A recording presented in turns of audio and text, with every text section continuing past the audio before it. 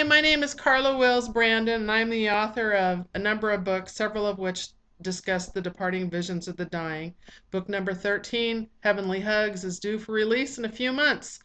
I received an email from a really good friend of mine, and her question to me was this: is it possible for people to have intense emotions and dreams about an upcoming disaster? She had really intense emotions, and her husband had a dream about the massacre that took place in Colorado before it happened. He had the dream before he even knew something had occurred. And what I said to her was yes.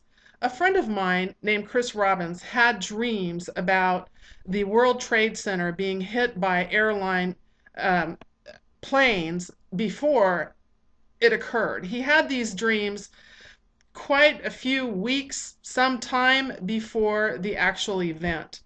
He was so concerned about his dreams that what he did was he went to the authorities.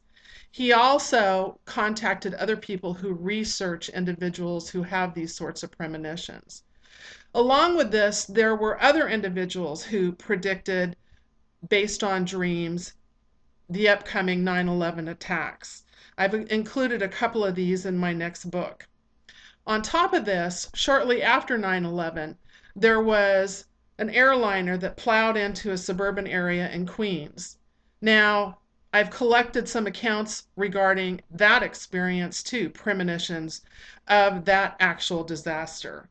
On top of that, I also dreamed about that disaster before I knew it had occurred. I woke up after the dream, felt very startled, got out of bed, turned on the television, and the news reporters were there covering the story. So these mass departing visions can occur. Why they occur, maybe it has to do with the intensity of the tragedy, I'm not sure.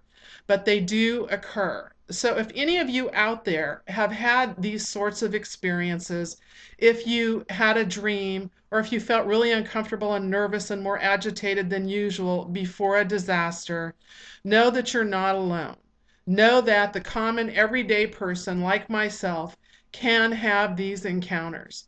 If you do have such an experience, get online and start Googling. See if you can find others who, like yourself, have had these encounters. Like my friend, I was able to give her some validation that no, she wasn't alone. And so, most likely knowing her, because she's such a brilliant woman, I strongly suspect that she's right now taking a look at the possibility of others having had such premonitions before these terrible, terrible events in Colorado.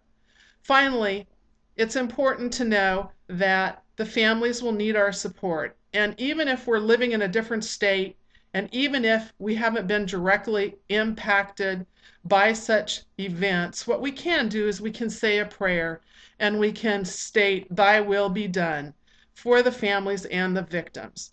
Also, finally, before I end this video, there are those of you who have trauma. You have trauma, you've been abused, you're coming back from Iraq, or you have a history of rape. You have some sort of difficult period in your life, and there are a lot of emotions that are wrapped around that period. Know that the events of the Colorado shootings what that can do is that can pull up for you any feelings related to your trauma. So trauma that you thought you had put away or you had resolved, if you're suddenly feeling more weepy, a little more frightened, upset, if you have bursts of anger, if you're having nightmares, stop watching the news. Give yourself a break. You're triggering your own trauma, and you need to give yourself some time so that you can go back and take a look at, okay, what is my trauma and what really are my feelings about this event? So, this is Carla Wills Brandon, wishing everybody a great week, and understand physical death is not the end. We'll be talking again soon. Take care.